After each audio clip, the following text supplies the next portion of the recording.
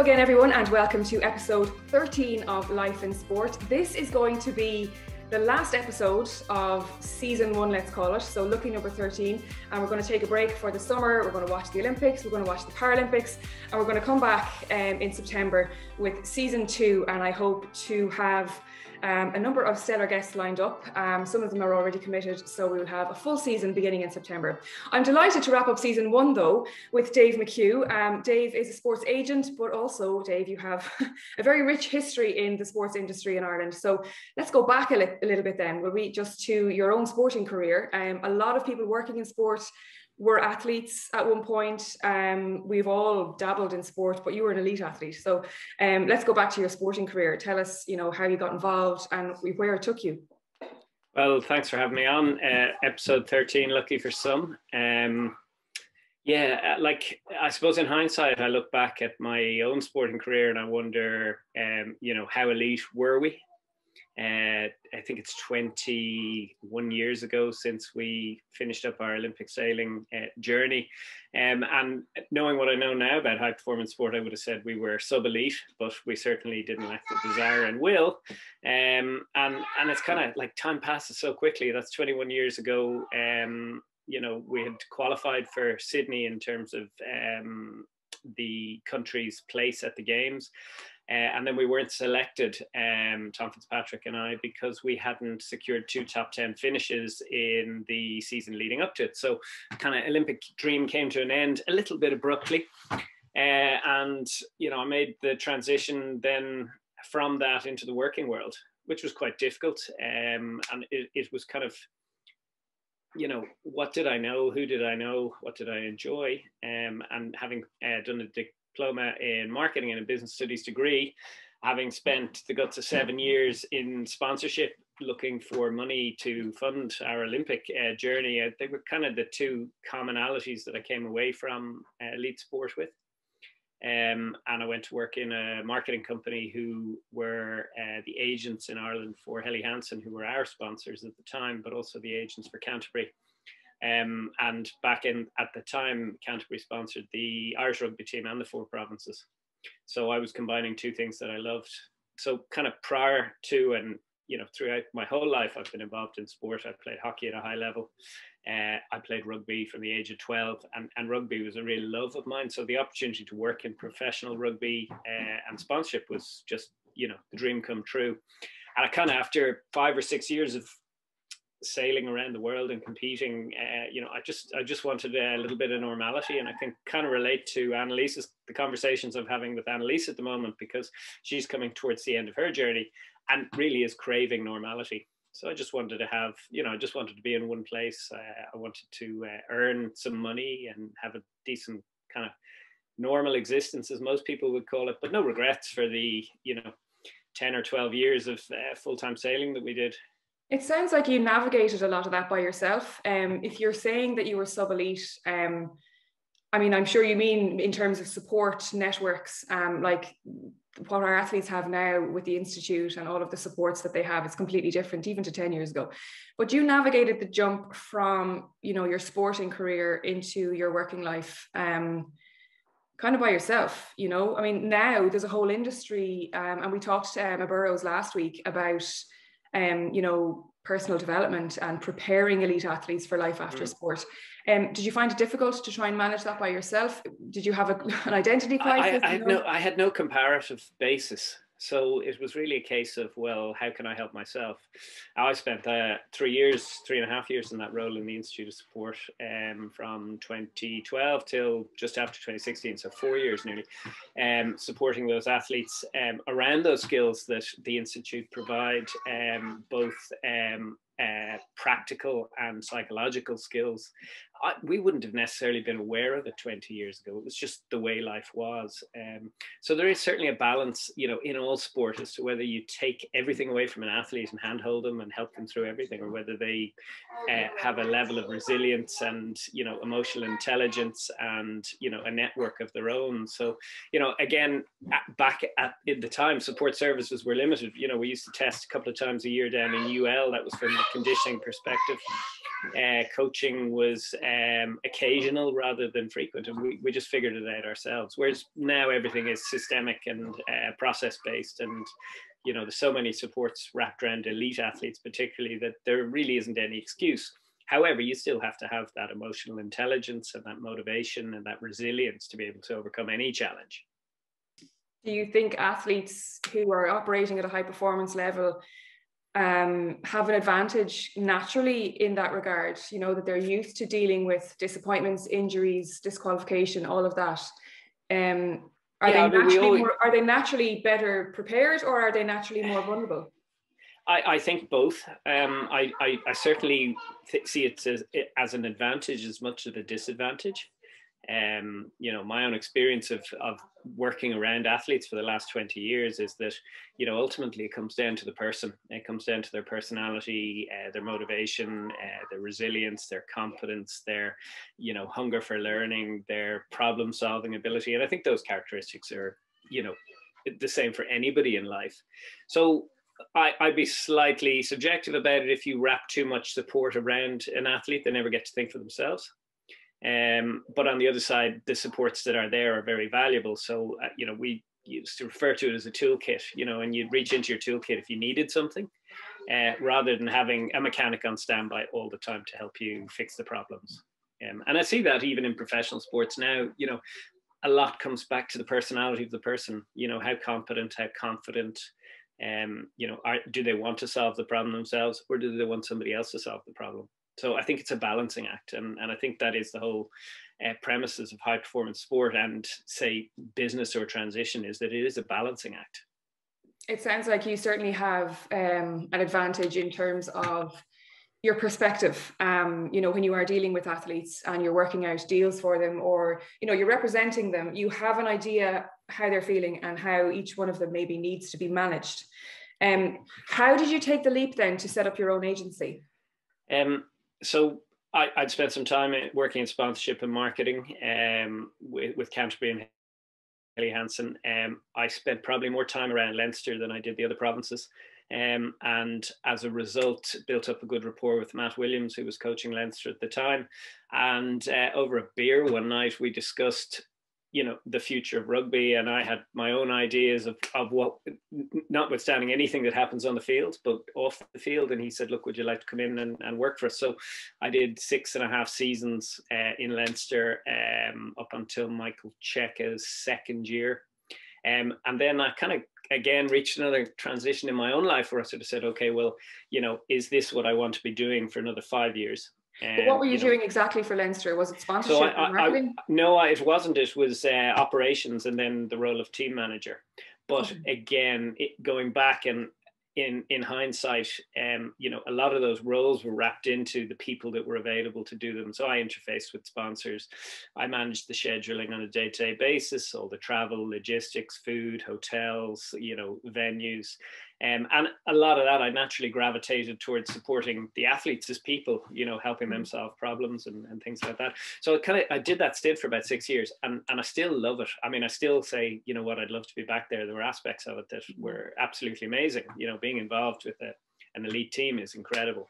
But I also got to that stage in my life. It's like, what's next? Do I stay here another 5 years? And doing the same thing over and over again is the definition of madness, So I had a very good mentor in Paul McNaughton, who was the director of rugby. And he sort of said, well, look, what are you good at and what do you enjoy? And what else could you do? And he helped me exit that kind of professional team environment and sort of encouraged me to go out on my own, which is, again, my decision. I could go and get a job. We can all go and get jobs. We all do go and get jobs. But could I find one that I really wanted to do, or was I better off kind of crafting my own future? So I took a bit of a leap of faith in 2000 and halfway through 2006, set up my own business, and I sort of said, look, I'm not necessarily want to be an agent here, but I want to manage people. And I was very lucky that a number of athletes came with me at the time from Leinster to start with, because they could see that I could add a value to them on and off field. So my first clients were the likes of Keith Gleeson, Malcolm O'Kelly, Rob Carney at 17, Leo Cullen, worked with Felipe, even Guy now, who's the current team manager. And I just sort of took a leap of faith, and I combined what I'd studied, which was marketing, what I enjoyed and understood, which was sponsorship, and what I loved, which was managing people. So crafted my own direction. Yeah.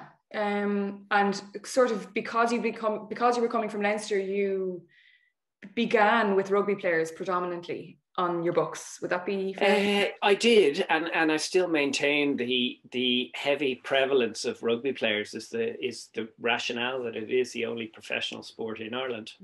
So it's the only one with recurring revenue. So it was practical as much as anything else. But I also started working with hockey players like Mickey Simmons, and early on I took on Eileen O'Keefe, who was an Olympic hammer thrower, and Easkey Britton, who I still work with, who's a surfer. And I love sport, right? So if it's hockey, surfing, mountain biking, boxing, rugby, Gaelic, football, soccer, I just love sport. So, I kind of gravitated towards the people I knew, and who I knew I could add value to. And once sport was the platform, I was happy to work with anybody. So day to day then, obviously you have to make a living. You love sport. We all love sport. Yeah. But you have to, you had to carve out how to make a living for yourself. So even now, like, you've got some, really high profile athletes on your books. Do you have to engage annually, or, how regularly are you negotiating contracts for them? Well, again, I come back to people. Every person is different. So if you break the business down into a couple of different strands, there's the on-field contract negotiation piece, which happens annually or biannually.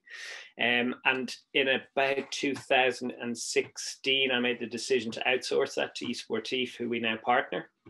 So, the traditional contract negotiation would work around agreeing a value with the director of rugby or a high performance manager in a club. As the game grew, that required a network. So, in my early days, I could pick up the phone to, a Mick Dawson, or at the time, Gareth Fitzgerald, God rest him, or whoever it was. And it was very easy to, sort of say, look, can we discuss this? As the game has grown, what I've found on the contract side is that, it's data led. So by partnering with eSportif, what we have now is a global database of players and values and opportunities anywhere on the planet, which is updated on a monthly basis. So instead of trying to be the best and compete against other people negotiating contracts, I made the decision to outsource that piece, because it is only a transaction. And we have a split fee arrangement then with eSportif. So what it means now is that my rugby playing athletes have me managing them, me doing all the commercial and life skills and problem solving, yet they've also got the confidence that the contract piece is done by arguably the best contract company in the world. So I could plowed on and decided I want to be an agent, but I think it's important for me, and I always tell this to people, I'm not an agent. I never wanted to be an agent. I'm not an agent. I manage and I help people create value. And I think the term agent is often perceived as being negative. Yeah, well, my skin crawls when people ask me if I have an agent, and I'm like, no, God, no, like, no, who am I to have an agent? Because I think, especially Irish people, you don't want to be like out there on a, pedestal somewhere with somebody representing you. I'm actually going red. I'm allergic to it. Now it's different for professional athletes. There's a reason, and they have to. I'm actually going red, but. I didn't know you did that, and to me that is genius, because it's taking the only kind of what's the word I'm looking for, the cold hard cash is coming out of the transaction. You're not dealing with that, you're dealing with the people, and you're having this database do the figures, do the numbers. Yeah, well, there's still a person element to that, but rather than trying to compete against the best, why not use the best? But so also your athletes know that that you are most interested in them as people, as opposed to them as commodities. Well, it means I can always sit in their corner through, and I do, through the on-field negotiation piece. So I am involved in the discussions. I understand where they're going and how they're going there. But I can then offer my support and advice to the athlete, but also mandate the contract negotiator as to what the athlete feels is, fair, acceptable, or reasonable. Mm. So, you know, it's not that I don't enjoy negotiating, because I do it every day as part of what I do, but I didn't want to be just that person who negotiated a transaction and then disappeared for a year. And that's probably one of the big reasons I haven't got involved in football, and because it is very transactional based. So again, it comes back to, you know, what are you good at and what do you enjoy? And then how do you find the best people to surround yourself in the areas that you don't enjoy or you're not good at? Okay. So, you know, people look at me and they go, but like, if you did all these guys and girls contracts on your own, you'd have double the revenue. I said, yeah, that's very true, but I'm not motivated by doubling the revenue.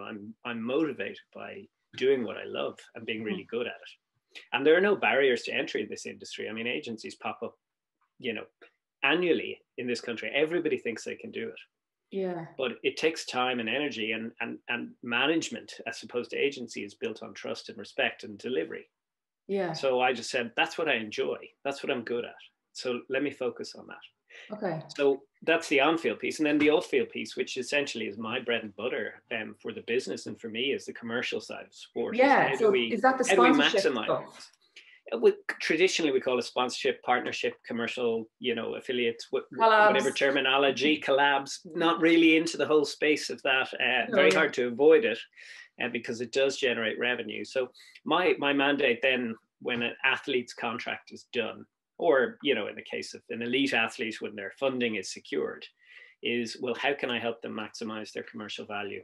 And how can I create a fee structure for them that gives them security and revenue and profile, and helps them build their brands out. So I always tell people, I'm not an agent, I'm a marketeer. So I market people for a living. So whether that's Conor Murray in professional rugby, or Rob Kearney, or whether that's Kelly Harrington or Annalise Murphy, you know, the principles are the same. How do you create commercial value for them? How do you find partners? How do you build those partnerships? And how do you help then the brands and agencies activate those partnerships? So that's where I would spend most of my time. Well, you know, there's two parts that we call it: inbound and outbound. Yeah. Inbound comes with success. So if you're successful, people want to be part of your journey. So that's what we call the inbound model. So if Kelly Harrington wins a world championship medal, if Greg O'Shea wins Love Island, if you know, anybody, James Ryan captains Ireland, people want to be connected to them, and that's agencies and brands coming to you with opportunities, saying, look, we've had an idea, can we talk through it? We'd like to partner with X or Y or Z. And then the outbound piece, which again is the piece, we're breaking it down into smaller pieces that I really enjoy, is how do you understand an athlete, their values, their transferable skills, and their longer term goals. And how do you then go out and market those to companies that fit within that kind of structure? And how do you help the company to understand where sport and individual can fit into their marketing mix? So, you know, I would always say to an athlete when I take them on first is like, where do you want to be in 10 years? And let's work back from that. Let's not start where you are today and say, you know, most athletes will tell you very simply, I want money. We all want money. Money's important. But, you know, if we look forward and work back, then we better understand the individual, their education, their transferable skills, their values, and ultimately where they're trying to get to. Do they like that question? Focus on the moment? Most people can't answer that question, but it isn't about giving me the answer. It's about being aware that everything you're doing now is at a point in time, and that every athlete's life cycle has an end point. And those life cycles are quite finite. So if you take the average elite athlete or professional rugby player, if they're lucky, they may be involved in elite sport for 10 years.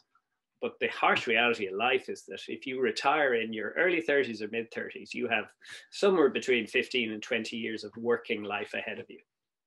So you have to put emphasis on where do you want to get to.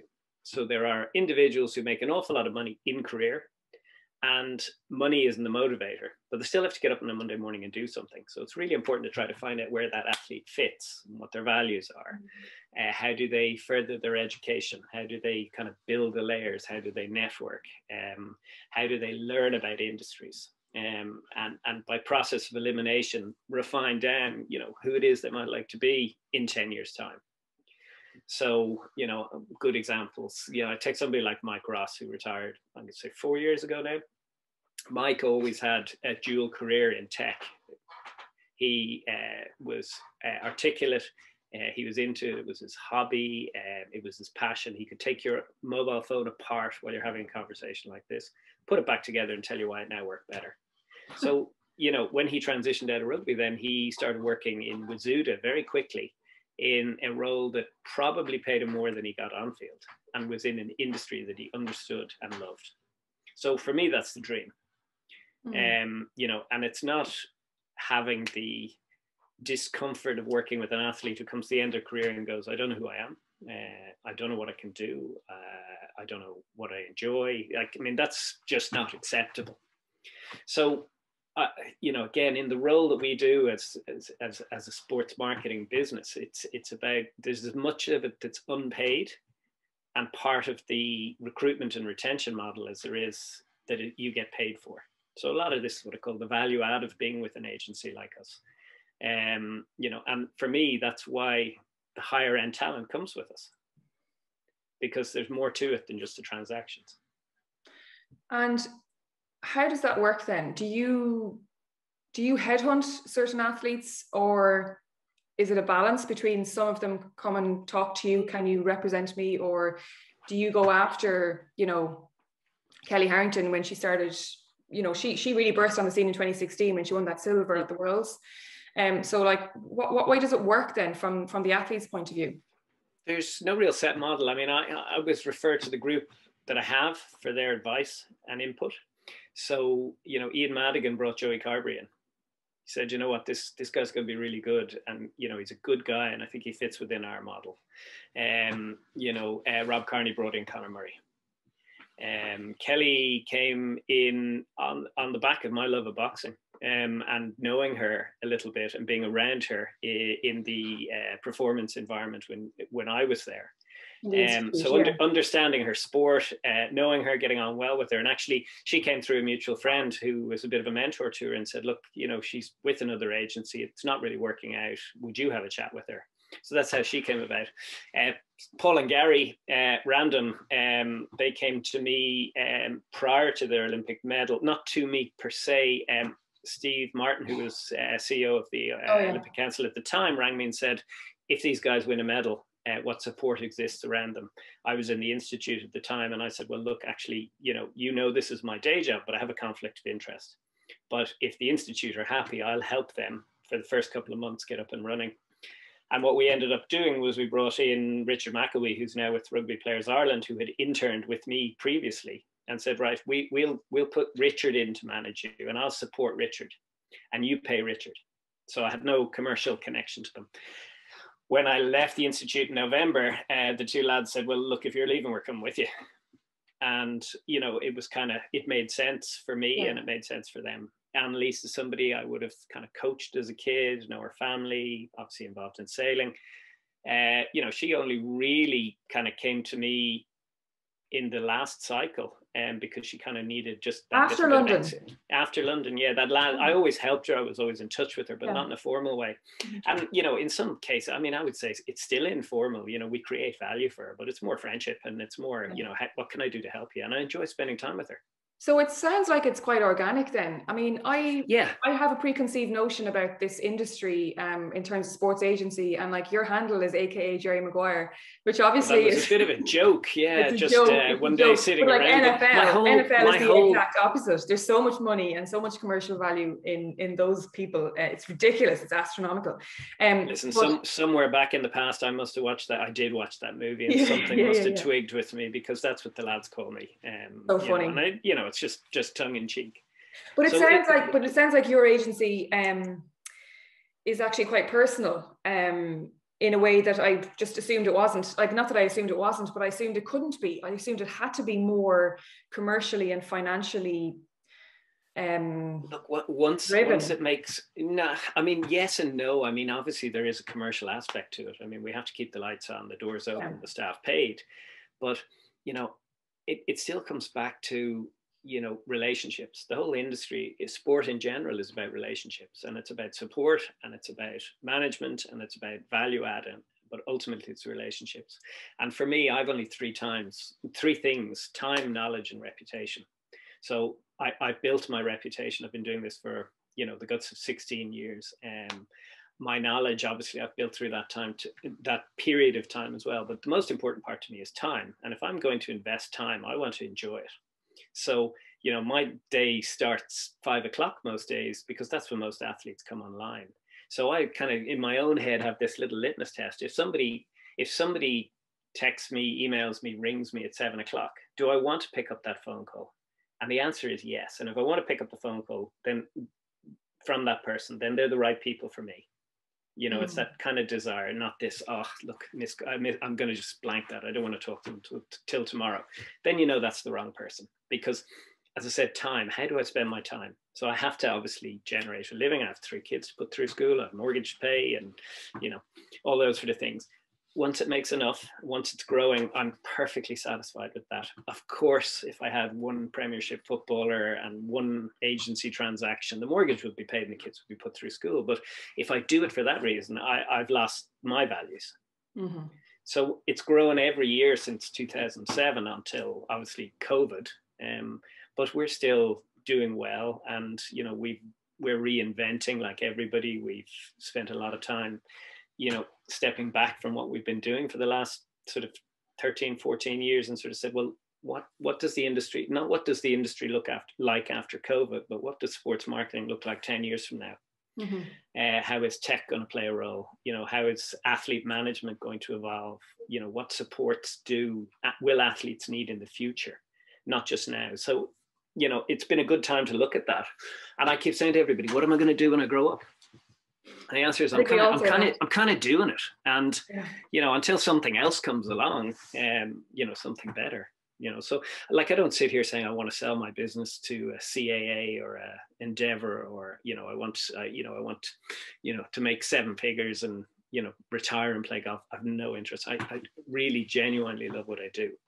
And, whether it's elite sport, whether it's professional sport, whether it's people in the media, it's the same thing. It comes down to people and relationships. Mm-hmm. And if I'm enjoying it and I'm able to make it make commercial sense, then that's perfect. When you say we, how big are you? Like, what's your operation? Oh, we're huge. Well, no, we're not. We're at the moment we are 2. Yes, we've a roster of probably 30 clients. I have a co-director in Maeve Buckley, who who is a principal of Leading Sport, which is a company that she set up 2 years ago. I kind of bought her out of our business, but she remains a director. And Maeve and I are friends since we were 16. We're directors of each other's companies. We're intrinsically linked, and we support each other, and we pitch for work together in the commercial space, etc. I had one full-time employee till May, who left and has gone on her own. And I currently have one full-time employee. As an agent, yeah. Moved to London last summer during COVID. Remote working made sense. Found it difficult then, as time went on, and just decided to leave and set up on her own. And as I said, there's no barriers to entry into this industry. Yeah. So how many people, I always look at it and say, I will never sort of quash anybody's ambition to do what they're passionate about or what gives them purpose. Give it time, see how they get on. Agencies come and go. And again, I keep coming back to the fact that, knowledge and reputation you build, it takes a minute to destroy. So if they're all still here in 15 years, then I'll say, wow, that was a good decision by them. If they're not, I'll say, well, it's not as easy as it looks. Yeah, it doesn't sound like it is, especially if you're, largely operating by yourself or with one other person. I mean, we bring a lot of people in on projects, whether it's content creation or digital social, or agencies on the comm support side of things. So again, outsource what you can't do yourself. And I suppose if COVID hadn't have happened, we might have been sort of 3 full-time by now. Mm-hmm. But actually, in some ways, COVID's been a blessing, because it's meant that I've been able to kind of restructure and figure out exactly what I need going forward. And what I had maybe wasn't fit for purpose. Okay. And how big is the industry of agency and representation in Ireland, specifically with sport? You say they pop up all the time, but like, I can only think of, Sinead Galvin, yourself, Niall Woods. Is he Woods, Navy Blue, yeah. Yes, Navy Blue. I mean, it's not huge, and there's a very good reason. When I set this business up in 2007, I think there were 38 people representing rugby players in Ireland. Wow. Yeah. So now, I think at the last agent accreditation event we have, because we have to be accredited every year, there are maybe 12 people in Ireland that represent rugby players. Now, of those 12, there are probably only ourselves and Navy Blue, Niall Woods, and eSportif that are active and at a scale that makes sense. A lot of others are individuals. But are also some of the people who are represented, you know, the people who are represented might be Irish, but are some of them UK-based companies? Or one is based in the north, a couple are in the UK. A couple are sole traders or have one or two, and then there's a new startup recently that picked up 7 or 8 clients from us collectively, and so I'd say that really there is a bit of a duopoly between ourselves, eSportif, and Navy Blue, and everybody else is much smaller. Outside of rugby, then Sinead is somebody I know a long time, and Sinead is going to be on this. I would have kind of helped and advised her at the start, and you know, I have a lot of time for her. I think she's doing an incredible job for the athletes. She's doing a great job, yeah. And like, she's so specific. Like, you obviously started with rugby, but she's so specific to athletics, and I think she's done amazing things for people like Nadia. Yeah, I think so. Yeah, Nadia, Ellen, Thomas Barr, Reese, and she's very niche and kind of high performance sports. I mean, she's really, again, purpose driven, passion driven, and it's very visible in the work that she does. And you know, outside of that, there's Derry McVeigh with Silver Hatch Sports. He has a handful of athletes. And they're kind of emerging agencies or slightly diverse agencies, like Sport Endorse is a new kind of digital platform for athlete monetization. They have a couple of athletes. Is it a difficult industry? Is it cutthroat? Is it competitive? It's competitive because you have to keep delivering and servicing. And, you know, a time like now is probably the most challenging, in that athletes' expectations haven't changed because they're still training and competing, but the industry has kind of taken a pause, shall we say, or certainly slowed down until we get through COVID and brands start spending money again, and people start activating partnerships and investing in sport again. So I think that's been challenging. And, you know, outside of that, there's not an awful lot of people doing it, but I really believe that there's not a lot of people doing it because everybody who tries realizes quite soon that there's not an awful lot of money in it. You've frozen. It's okay, you've frozen too. You're back now. No, you froze, but you can still hear me. I can still hear you, yeah. Back again, that's gone. I think you're back. Yeah. Are we back? Yeah, we're back. Yeah. So I think people realize that there's not an awful lot of money in it. You know, I think the other company to mention is Horizon Sports, Conor Ridge. Oh, yeah. I mean, Conor has specialized in golf, and that's his passion. That's where his expertise and skills are. And he represents Shane Lowry, obviously, who is a consistent high performer. In a previous life was involved, obviously, with Rory McIlroy. But he looks after now Peter O'Mahony and Johnny Sexton. Now he doesn't have any ambition to grow into rugby, but he has personal connections with both of them through different reasons. So I think athletes want to have a little bit of, you know, an identity. They want to be marketed. They want to feel a bit of love. They want somebody in their corner. And I think, again, a lot of it comes down to personality. It's, you know, who do you feel well serviced by? Who do you trust? Who do you enjoy? And I think that's, you know, looking at it through the athlete lens. So, you know, I take a guy like James Ryan, like he's just one of these guys you want to spend all your time with. He's a sponge on his own side, but he's so emotionally intelligent. He's so driven. He's a real leader. And when you get to know these people, and that's where the reward comes from, is being close enough to these people. That, you know, you're part of their journey, often never seen or never heard, but it's a privilege. When you say that, you know, you're part of their journey, and, you know, you're talking about James Ryan and wanting to spend time because he's such a good guy, and you'd go to war with someone like that. You would. But I assume, you know, athletes go through periods of, you know, questioning themselves, questioning their ability, crisis of confidence, mental health, whatever it is. And they can be quite vulnerable in that, in those times, because they're so forward facing. It's difficult sometimes to go through a hard time. So have you any experience of helping an athlete through a difficult time, and do they turn to someone like you in that instance? Yeah, absolutely. I mean, I have many examples, none of which I'm going to go into in any detail. No, I wouldn't expect you to. No, not at all. Personal circumstances, but the relationship is there, obviously. It is, yeah, and that's the whole function of the relationship, is that you feel like you can turn to this person, i.e. me, and have a conversation and show vulnerability and ask questions. And you know, if I look in a reasonably good example, you know, we've been working with Conor Murray now for 4 years. When we started working with Conor, he was considered probably the best scrum half in the world. Upward trajectory. Very valuable on field, as we know, and equally very valuable off field. He went through a rocky 14, 15, 16 months through injury, you know, and now is captaining a Lions tour. Yeah, so you know, there are peaks and troughs in this, and in my role, you have to understand what the athlete is going through on a personal level to be able to support them. Some athletes don't want to talk, don't want to open up, don't want to share. Others do. Others seek advice or counsel. Some just want to, you know, dump stuff off their brain and have a conversation. Others say, look, you know, what's your advice around this?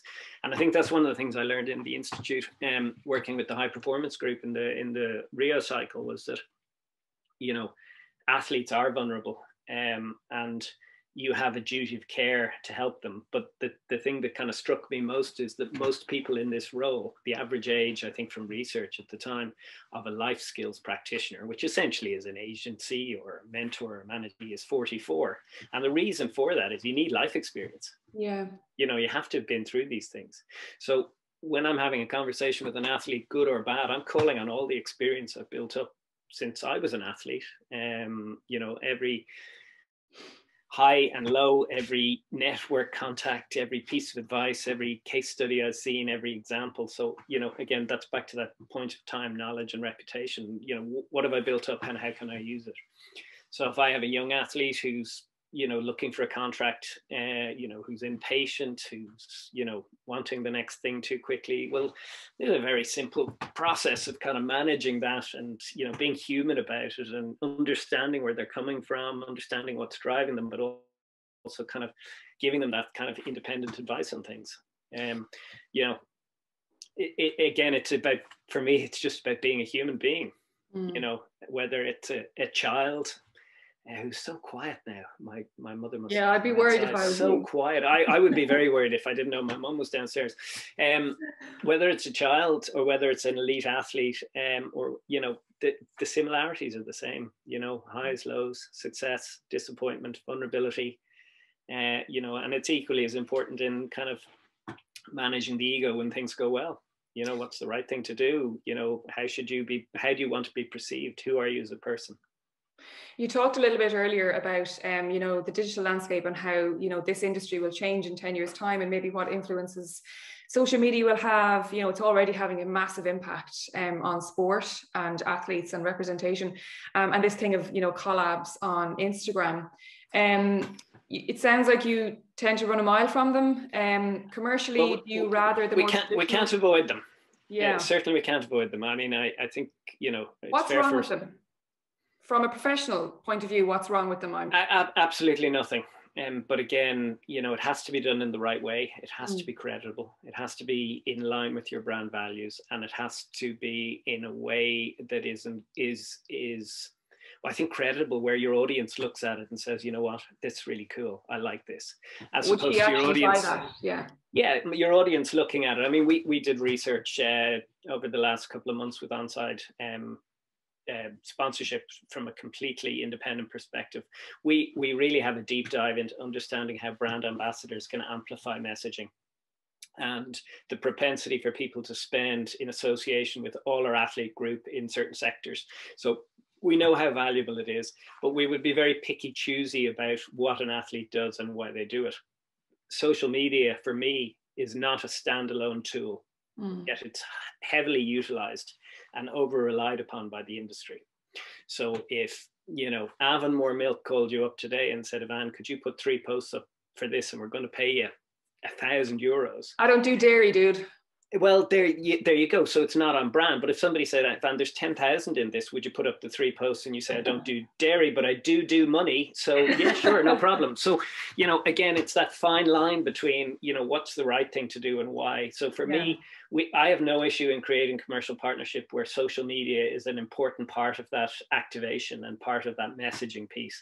What I can't get my head around, rightly or wrongly, is an athlete doing something standalone for 500, 1,000, 2,000, for the sake of money, because people see right through it. So as part of the wider marketing mix, including PR, including activation, including content, image rights, personal appearances, social media fits in really well. So it's a very good tool for a brand to utilize to reinforce their messaging and why they're investing in an individual.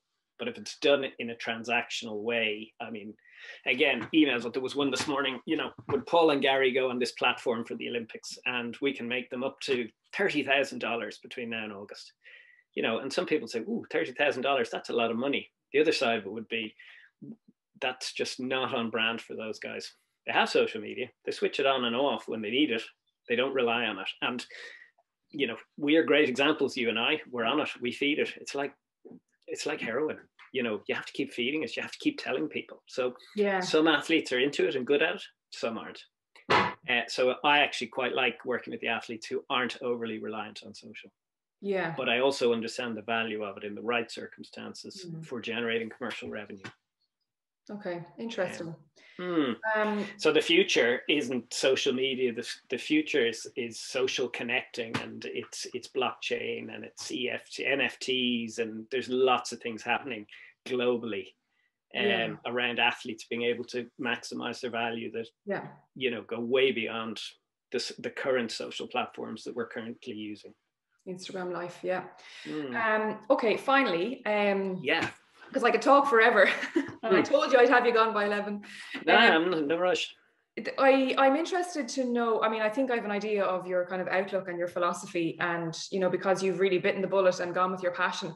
But in terms of advice for people who not necessarily want to be agents, but who want to work in sport and just maybe are afraid to take that leap, or don't really know how to find their niche. Do you have any advice? It's kind of different for every person. As I said to you earlier, I think even before we started recording, that I probably get 20 CVs a month from people who want to work in sport. If somebody writes a fairly articulate cover letter and their CV is reasonably good and they ask in the right way, I'll always say, look, I'm happy to meet you for a cup of coffee. When I sit down with said person and said, okay, well, what do you want to do? Most people say, I want to work in sport. And I say, okay, well, what's working in sport mean? Oh, I want to be an agent. Okay. I said, what's being an agent mean? I want to negotiate contracts. And I said, right, well, have you any experience? No. Okay. So now we're kind of like an onion. We're peeling off the layers here. We're trying to find out, what's the driver? What's the motivation? And my main piece of advice to most people is go in and get generic experience where sport is the touch point. So if that's in a brand, if that's in an agency, and that's in a governing body, if that's in the media, go and understand sport better, and then try to figure out what you think you would be good at, and then how do you upskill yourself. So, I mean, even me at 47, I did my executive leadership course and finished that during COVID. I did a diploma in corporate governance. It's about continuous learning. So everybody now has a master's. Everybody has a basic degree and a master's. Give me a point of difference. Give me experience. Give me energy.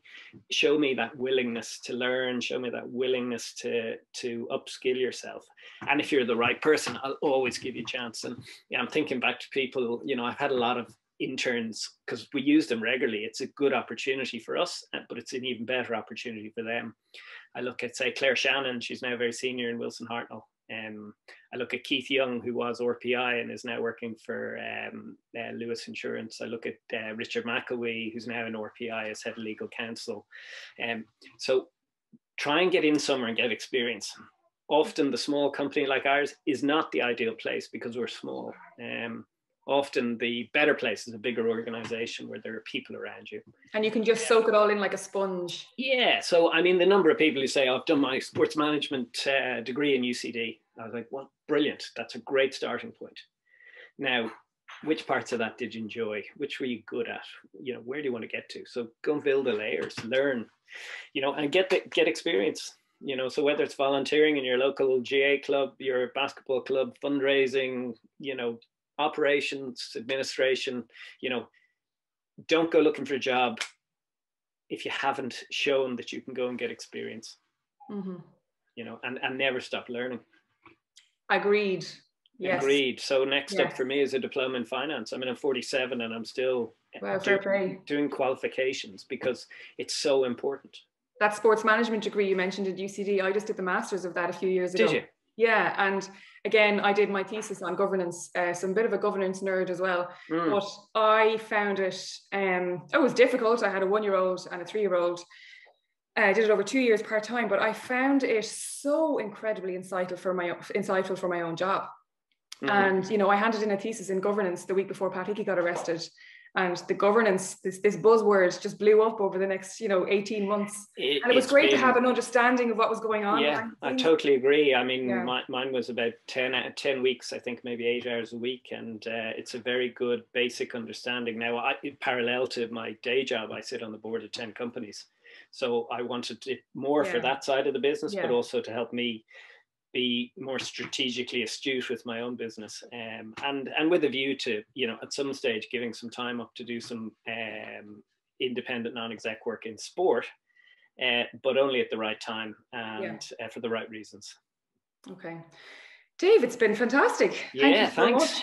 It's definitely been really enjoyable. Yeah, possibly my longest episode. Really? Yeah, I think so. Yeah. But it was just really interesting, and I could have kept talking. But thank you so much for wrapping up. No, thanks for giving me the opportunity. As a small business, we need to be out there, you know. Yeah, absolutely. So great. Well, look, I'll scratch your back, you scratch mine. Absolutely happy. I know you don't need an agent, but if there's anything I can do for you, you know where to find me. I do. Yeah. Thank you so much. And I'm sure I'll see you in RT over the Olympics. You probably will. Yes, I think I'm doing my usual sailing cameo in some capacity. I will see you then, and thanks again for joining me. And I hope you're feeling well over the next while. Thank you very much. All right, see you soon. Cheers. Bye-bye. Bye.